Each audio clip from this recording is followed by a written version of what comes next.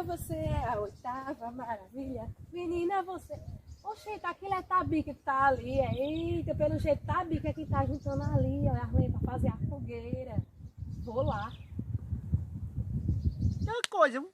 Quando ela chegar aqui toda arrumadinha, do jeito que ela é, eu vou dizer a ela, quem buscou os pau tudinho. O quê? As lenhas. Foi eu. Pô, Rosalinda, pode assar agora seu milho, o Xanjão agora tá garantido. Eu vou ter medo daquele candeeiro, vai não. O quê? Eu vai me sentar uns tiquinhos por aqui. Eita, trabalho da freba. Eita, Tabica, isso tudo é pra Oi, fogueira. Rosalinda aí, ó.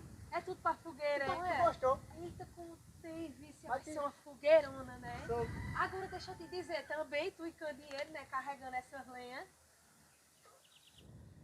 Você disse a Rosalinda, eu rapo seu bigode, esse bigode fajuto, que essa peixeira... Rosalinda. Eu já tô enfadadinho, viu? Era pra ele estar aqui, aquele